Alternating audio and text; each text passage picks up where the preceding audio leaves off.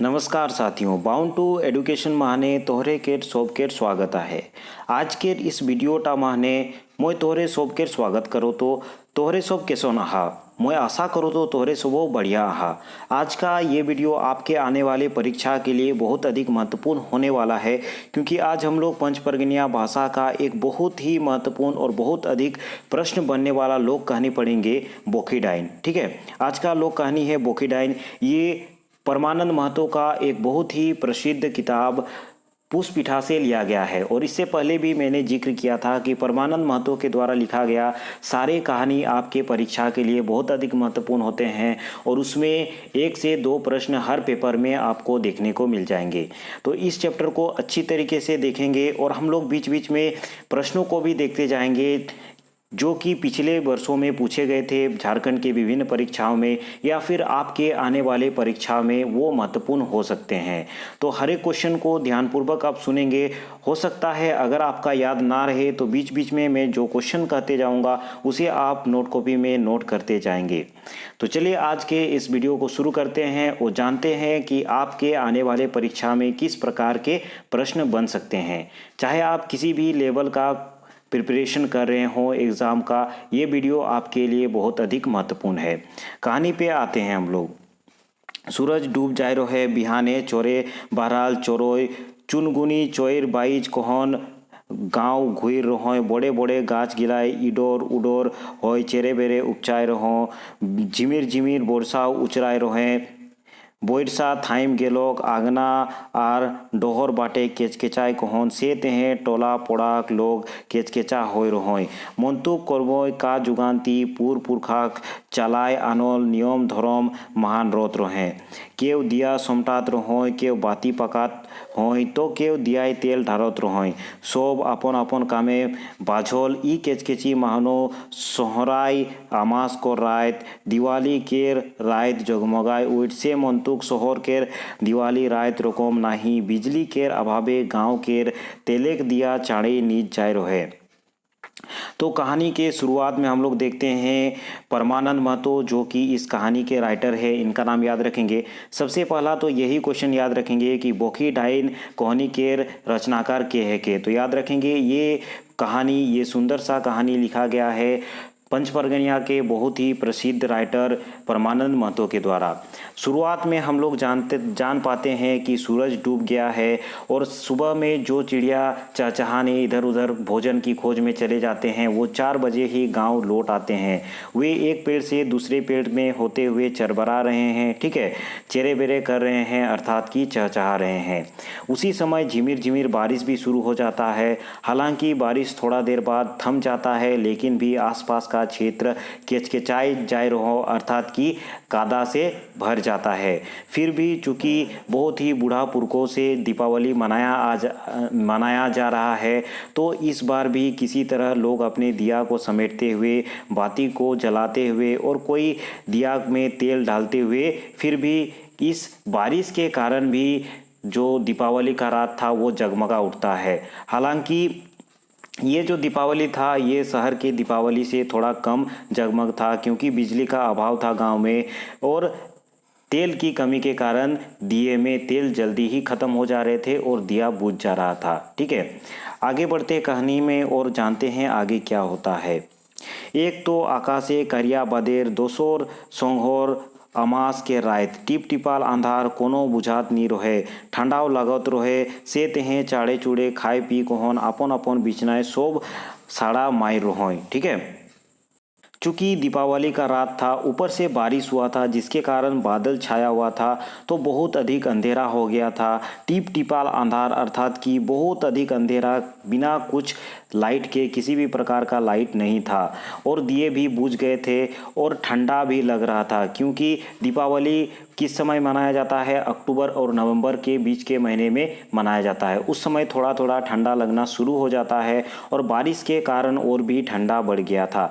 तो सभी, चूँकि गांव का क्षेत्र था, बारिश भी हुआ था और दिए भी बुझ गए थे, तो सभी खा पी के अपने घर में सोए हुए थे। ठीक है, उसी समय एक घटना होता है। ए बाबू उठ हो, केव ठोक ठोकाय रहे मोर केवार के, मोय साड़ा देल के हो, उठबे तो भेनो मोय ओके पाछनाई नी पारलो दिया बाहर के दुआ खोलोक तो मुखिया काका बोईसू काका माचियाटा आगू बाटे खोरकाय देलो।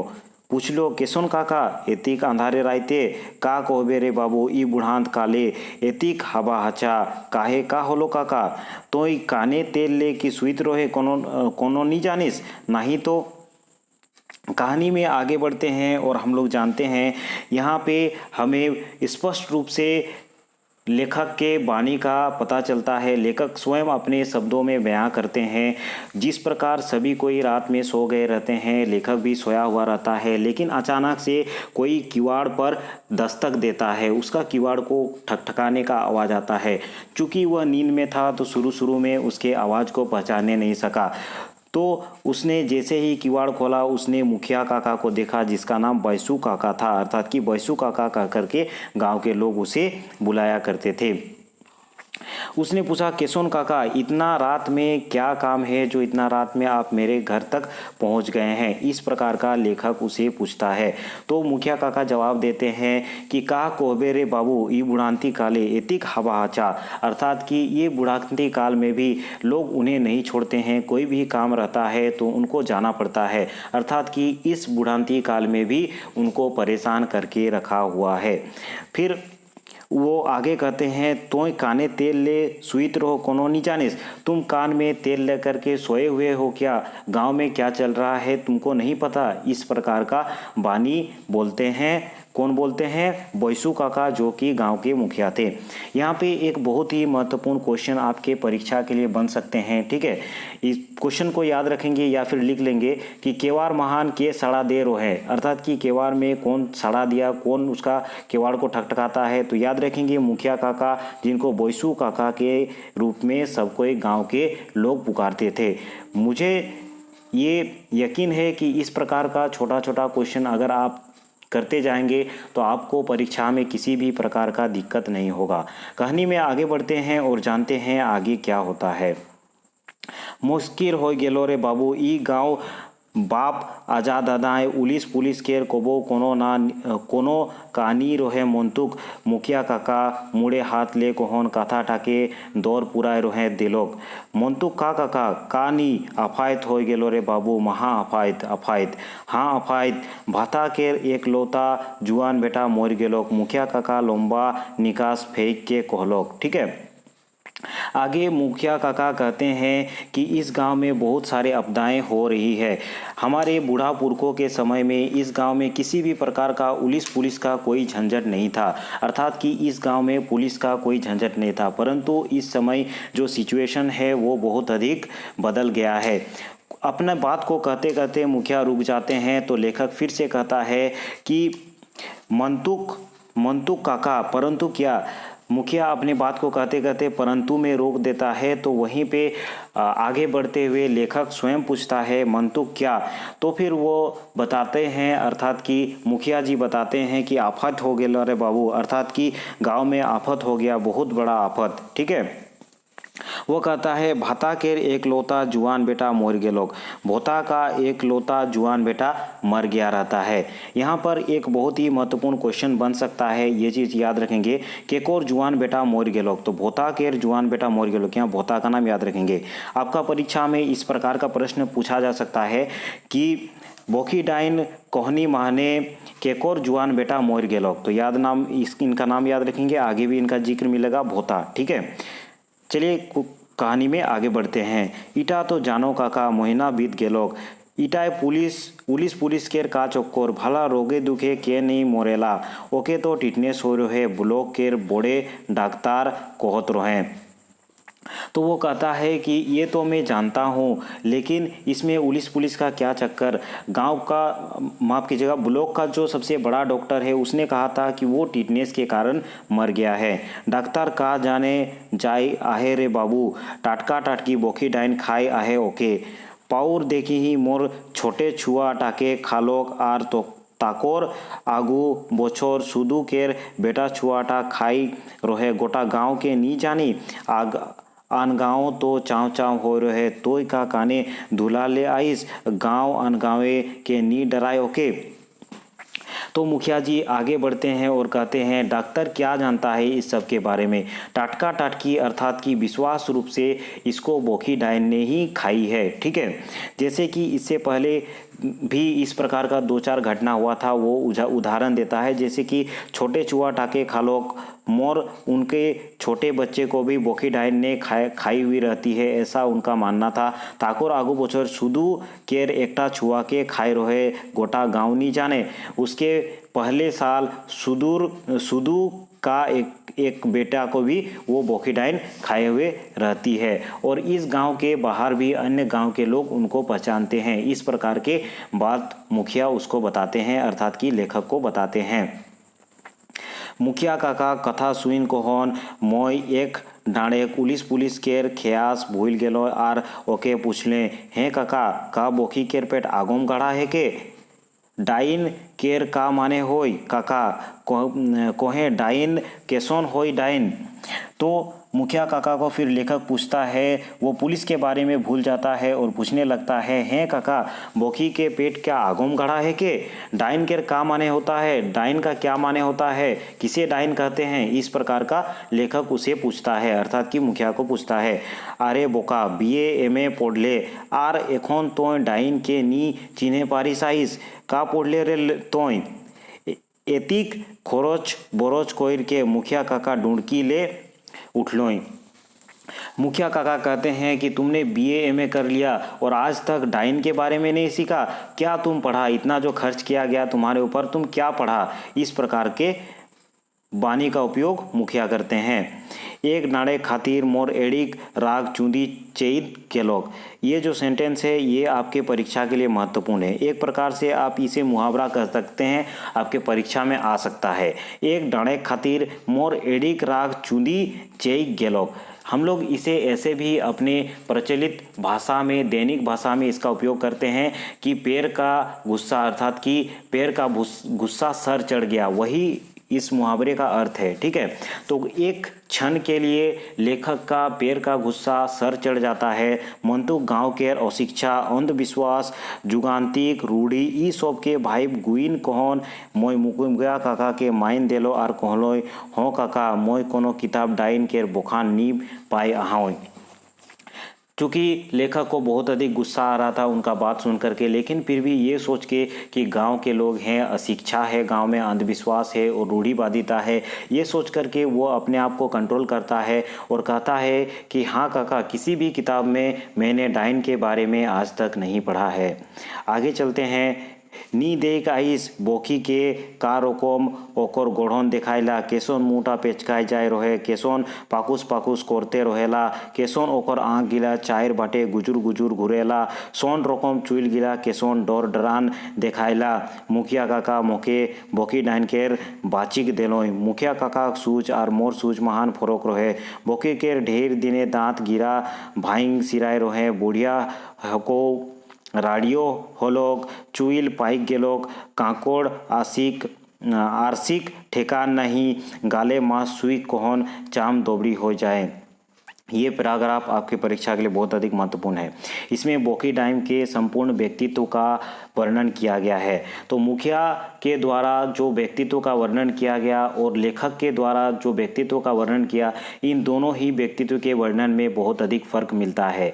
मुखिया कहता है कि केसोन मुटा पेचकाई रकम, उनका जो ढंग है वो पूरा डाइन के जैसा दिखता है, उसका मुंह पूरा पिचक गया रहता है। केसोन पाकुस पाकुस करते रहेला, वो हर टाइम पाकुस पाकुस करते रहती है।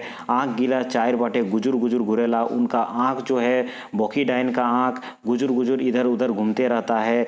सोन रकम चुइल गिला केसोन डर डरान दिखाइला, उनका जो बाल है वो सोन जैसा पक गया रहता है। यहाँ पे ये क्वेश्चन बन सकता है कि बोखी के मुँह टा केसोन रहे, बोखी का मुँह किस प्रकार से है? तो बोखी का मुँह पेचकाए जाए रहे, पेचका गया है। ठीक है, तो याद रखेंगे पेचकाए जाए रहे, ये भी क्वेश्चन बन सकता है। नेक्स्ट क्वेश्चन इस प्रकार भी बन सकता है कि चुइलटा केसोन रहे, बोखी डाइन के चुइलटा केसोन रहे, बोखी डाइन का बाल किस प्रकार था? तो बालटा पाइक जाए रहे। ठीक है, और सोन जैसन देखात रहे, ये भी याद रखेंगे। फिर आगे मन ही मन वो सोचता है, हालांकि वो बोलता नहीं है लेखक, वो मन में ही मन सोचता है कि चूंकि बोखी बूढ़ी हो गई है, उनका बूढ़ी होलोक बूढ़ी हो गई है, राड़ियों होलोक राड़ी भी होती है अर्थात कि उनका पति भी मर गया होता है, चूल भी पक गया होता है, बाल भी पक गया होता है, काकोड़ आर्थिक ठिकाना नहीं अर्थात कि कंघी और दर्पण का किसी भी प्रकार का ठिकाना नहीं, गोले मास सूख जाए रहे, आचाम दोबड़ी हो जाए रहे, आँख आपन जाएगा छाइड़ कोहन गाढ़ा ढुक जाए रहे, ऐसोन आकार चेहरा बेदांग और विकराल दिखाई लाइक रहे। वो सोच रहा था कि बोखी तो बूढ़ी हो गई है, उसको डाइन कहना हमारे लिए गलत होगा, चूँकि वो बूढ़ी हो गई है, उसका पति भी नहीं है और उसके गाल भी पिचक गए हैं और आँख भी अंदर तरफ घुस गए हैं, तो ये एक नेचुरल घटना है, इस प्रकार का सोचना था लेखक का। आगे देखते हैं, आगे है कि मोय कोहले सुनु काका इगला अंधविश्वास है के राउर ई पूर्णा कथाटा गेटियाय राई काही मोय कोहले आहा देख एधवा नाय मोके पढ़े सिखाय लागले नी पतियाय साला जात पूछ लेवे नूनू भक्ता के। ठीक है, नामी भोक्ता है कि उ सपा सपा चाउर देखेला ऐसे ही अतिक भीड़ रहेला ओकर हुआ सुन भयाक बहु चाउर दिखाई जाए रहे ओकर ठीन पाउर तोर काकियो जाए रहे सफा रहे बोखिया उठलोक तो तोय नानो पतियाव पुरुष देखे सिखिल नामचादी डाइन है के उ नूनू भोक्ता आइज कर जेटा कोई आहे साइंच होय आहे। ठीक है, यहाँ पे भी एक नाम याद रखेंगे नूनू भोक्ता का। ठीक है, गांव का बहुत ही प्रसिद्ध भोक्ता था, कोई भी कुछ भी प्रॉब्लम होता था तो उसके सामने जाते थे, वहाँ बहुत अधिक भीड़ लगा हुआ रहता था। यहाँ पे कुछ कुछ उदाहरण दिए गए हैं, जैसे कि भायाक बहु चाउर दिखाए जाए रहे। ठीक है, चावल भाई का जो पत्नी रहता वो चावल दिखाने गया हुआ रहता है।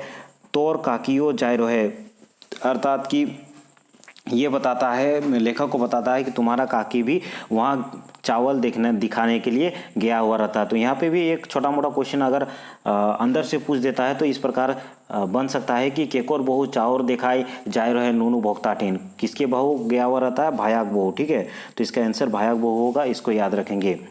आगे चलते हैं और देखते हैं आगे कहानी में क्या होता है। ब्लॉक डॉक्टर का जाने टिटनेस और फिटनेस कोनो नाही रे बाबू साफा बोकी डाइन केर कोरीगुनी है के मुखिया काका कहलोय एहे कहा कोहिक माझे रेंगुआ चौकीदार मुखिया काका ठेकान लगाए कोहन पहुँचलोक और कहलोक ए मुखिया काका चलो राइत राइत हमरे के थाना चले लाही गाँवे खुइन होय आहे और एखन हमरे मटियाल आही। ठीक है, वो मुखिया लेखक को कहते हैं अपना आगे बात बढ़ाते हुए कि ब्लॉक का डॉक्टर क्या जानता है ये टिटनेस और फिटनेस, सफा सफा दिख रहा है कि सब बोकी डाइन का ही काम है। ठीक है, मुखिया अपने बात को कहते ही रहते हैं कि इसी बीच में रेंचुआ चौकीदार वहाँ पे पहुँच जाता है। इनका नाम भी याद रखेंगे, चौकीदार का क्या नाम था, रेंचुआ चौकीदार, तो इसका नाम याद रखेंगे। रेंचुआ चौकीदार उस बीच में आ जाते हैं और कहते हैं कि गाँव में एक प्रकार से खून हो गया है और हमें थाना चलना होगा, तो जल्दी चलिए। मुखिया को इस प्रकार से वो कहता है। खुइन सुन कोहन मोय चुना चुका हो गेलो ओकबोकाय के छो एहे रेंचुआ के कोर खून। फिर लेखक जब ये रेंचुआ का बात सुनता है खून का, तो वो हकबका जाता है और फिर तुरंत से रेंचुआ से कहता है कि किसका खून, बोखी करे बाबू। रेंचुआ कहलोक मोर गात काँपे लागलोक बेचारोंगी बोखी केर केव नाय ना बेटा ना पुरुष असहाय बेचारंगी केर खुइन का दोष रहे ओकर कौन ओसन पापी ओकर खुइन करलोक भोता करलोक है बाबू। रेंचुआ कहलोक काहे उमन पाप काम करलोक उ मो ओके पूछलो उ कहलोक जीव तीता होले पाप और धर्म केर के विचार करे पारलो। ठीक है, तो रेंचुआ चौकीदार वहाँ आके जैसे ही कहता है कि गांव में किसी का खून हो गया है, हमें थाना चलना होगा, तो तुरंत से हकबका के लेखक कहता है अर्थात कि परमानंद महतो कहते हैं कि किसका खून हो गया है, ऐसा रेंचुआ चौकीदार को वो पूछता है। तो चौकीदार कहता है बोखी का खून हो गया है। तो फिर लेखक का गात कँपाने लगता है, वो सोचने लगता है बेचारी बोखी का ना तो बेटा है ना पुरुष है, असहाय बेचारंगी का खून, असहाय बेचारी का खून कौन किया होगा, कौन ओसन पापी ओकर खून करलो कौन ऐसा पापी उसका खून किया रहता है। भोता कुरलोक है बाबू रेंगुआ कोलोक। रेंगुआ कहता है कि भोता उसका खून कर दिया रहता है। ठीक है, तो लेखक कहता है काहे उमन पाप काम कर लो, क्यों इस प्रकार का पाप काम करता है। तो इस प्रकार का सवाल लेखक रेंगुआ चौकीदार से पूछने लगता है। आगे देखते हैं, उमन केर कथा गिला मोय हाड़ पंजरा के बिंदे लागलोक, मोय उमन के खिसाई के कहलोक दुनिया केर बोका सिराय गेलो मंतुक एखन तोहरे गाँव सब जहाँ झाँक तहाँ आहा आइज दुनिया बदली गेलोक जुगी बदले गेलोक लोग बदले गेलोक मंतुक तोहरे आरनी बदलेला। फिर लेखक खिसिया के उनको कहता है कि दुनिया कितना आगे बढ़ गया है, दुनिया के लोग बदल गए हैं, दुनिया बदल गया है, लेकिन आपके इस गांव के लोग ना तो बदले हैं ना तो गांव बदला है। लोग अभी भी उसी अंधविश्वास में जी रहे हैं और उसी अंधविश्वास के कारण बोकी का खून कर दिया रहता है। एक ले एक सवाल मोर मगज महान समुद्रे एक ढेव रकम उठे लागलोक, आज तक ई गाँवे जातिक लोक मोयर ahoy का सोब के बोकिए खालोक, ये गाँव का बोकिए डायना है ता होले जातिक मोरैया के दी। तो बहुत सारे सवाल लेखक के मन में समुंदर में ढेव की तरह बढ़ने लगे और वो विभिन्न प्रकार के सवाल रेंगुआ चौकीदार और मुखिया के सामने कहने लगा कि इस गांव में क्या जितने भी खून होते हैं, जितने भी लोग मरते हैं, बोखिए सबको खाता है, इस गांव में क्या बोखिए है। इस प्रकार का सवाल वो पूछने लगा उनके सामने। ना जानी माँ का मोय का कहते गेलोय, मुखिया काका माझे टोकलोय और कहलोय ढेर बकबकाले बाबू और ना बकबकाओ, ढेर सांगी पड़ले तोय तोर रकम जदि और दुई एकटा पढ़ुआ रहतक ना होले ई गाँव के उद्धार हो जातक, मुखिया काका टिटकारी मार कहलोग। तो इसी बीच वो विभिन्न प्रकार के क्वेश्चन बोल ही रहे होते हैं लेखक। तो इसी बीच मुखिया टोक देता है और उसे कहता है कि तुम बहुत अधिक बकबका लिया, तुम बहुत अधिक बोल लिया, अब बस करो, तुम्हारे जैसा अगर 2-4 पढ़ लिया तो इस गांव का तो उद्धार ही हो जाता। मुखिया काका टिटकारी मार कौन कहलो, मुखिया काका टिटकारी मार के लेखक को कहता है। आगे देखते हैं, मुखिया काका कथा गिला शिक्षा केर ऊपर तलाक हो रहे मंतुक ओकर का दोस्त तो गवाक ना समझी के रह के गुरुजी काका तोबे ना एक दिन कहत रहो हमरे बोका रोहली बेटा स्कूल ना जाए कहन कहतो के पढ़ाई दे और हमरे केर बेन गोड़ के ज्योति से तेहे हमरे स्कूल नहीं गेली भाषोल कथा एखन माई एखन गाय मोर भेजा महान ढुईक रहे। मुखिया काका के हाथ जोड़ के कहल माफ कर देवा काका मोय ढेर बकबकाले। ठीक है, तो जब मुखिया काका उसको बीच में टोक देता है तो वह कहता है और मन मन में अपने सोचता है कि इस गांव में अशिक्षा है, इस गांव में बहुत अधिक शिक्षा का अभाव है। गुरुजी हम मुझे कहा करते थे कि हम लोग पढ़ने नहीं से गुरुजी कहा करते थे कि गांव के लोग इसलिए पढ़ने नहीं सके क्योंकि गांव में बहुत सारा काम रहता है और उनको कौन पढ़ाएगा, उनको खेत भी जोतना रहता है। ठीक है, इस प्रकार का वो अपने मन में दिमाग सोचता है कि ये तो केवल मुखिया का ही दोष नहीं है कि वह अनपढ़ हो गया है, पूरा गांव का आदमी अनपढ़ है। ठीक है, और वह कहता है मुखिया काका के सामने हाथ जोड़कर कि माफ़ कर दो काका, मुझे माफ़ कर दो, मैं बहुत अधिक बोल लिया। आगे देखते हैं, मुखिया काका उठलोय और कहलोय चल रेंगुआ खोलल द्वार लगाई देलो मोय और चुपचाप अपन बिछनाय घुसिया गेलो। बोकी के चेहरा मोर दिमाग महान बोइस गेलो। ओहे टुकुर टुकुर चाइल मुटुर मुटुर आँख पाकल पाकल चुल नेवल डाँडा रेघा काटल गोला और पाकुस पाकुस मुँह मोर हृदय पिघल गेलोक और दियो आँख लेक लोर भोर के गरम गरम धारा बहे लागलोक और दुखिया दशाक ना जानी कते रकम केर छवि मोर अंतरे उबे और डूबे लागलोक। कखने आँख लाग गेलोक जाने नहीं पारलो। तो फिर मुखिया उठ करके रेंगुआ से कहता है कि चलो हम लोग चलते हैं। लेखक फिर किवाड़ को बंद कर देता है और फिर अपने बिस्तर में लेट जाता है और बोकी के बारे में वो सोचने लगता है। बोकी का वही चेहरा उसके दिमाग में घूमते रहता है और वो सोचते रहता है, टुकुर टुकुर चाइल, मुटुर मुटुर आँख, पाकल पाकल चूल, नेवल डाँडा, रेखा गटाल गोला, पाकुस पाकुस मुँह, मोर हृदय पिघल गया। इस प्रकार का वो बात सोच करके उसका हृदय पिघल जाता है और उसी समय उसके आँख से लोर बहने लगता है और गरम गरम आंसू उसके आँख से निकलता है। यही बीच सोचते सोचते, यही सब सोचते सोचते उसका कब आँख लग जाता है उसे भी पता नहीं चलता है। ठीक है, तो ये बहुत ही इंटरेस्टिंग सा कहानी था। आज हमारा समाज कितना भी आगे क्यों ना बढ़ गया हो, गांव में अभी भी अंधविश्वास मंडरा रहा है और इसी अंधविश्वास पे चोट करते हुए इस कहानी को लिखा गया था। एक बोकी एक प्रकार से एक बूढ़ी औरत थी, लेकिन लोगों के अंधविश्वास के कारण उसे डायन बना दिया गया था। ठीक है, और इसी अंधविश्वास के कारण उसकी मृत्यु हो जाती है। इसी अंधविश्वास को लेखक हमारे सामने रखता है कि डायन जैसा कोई चीज़ नहीं होता है, बल्कि वो बूढ़ी हो गई रहती है, उसके दांत भी गिर गए रहते हैं, बाल भी पक गए रहते हैं, इसीलिए उसका जो व्यक्तित्व है उस प्रकार का बन गया रहता है। ठीक है, असल में वो डायन नहीं रहती है, लेकिन फिर भी उसका मृत्यु हो जाता है अंधविश्वास के कारण।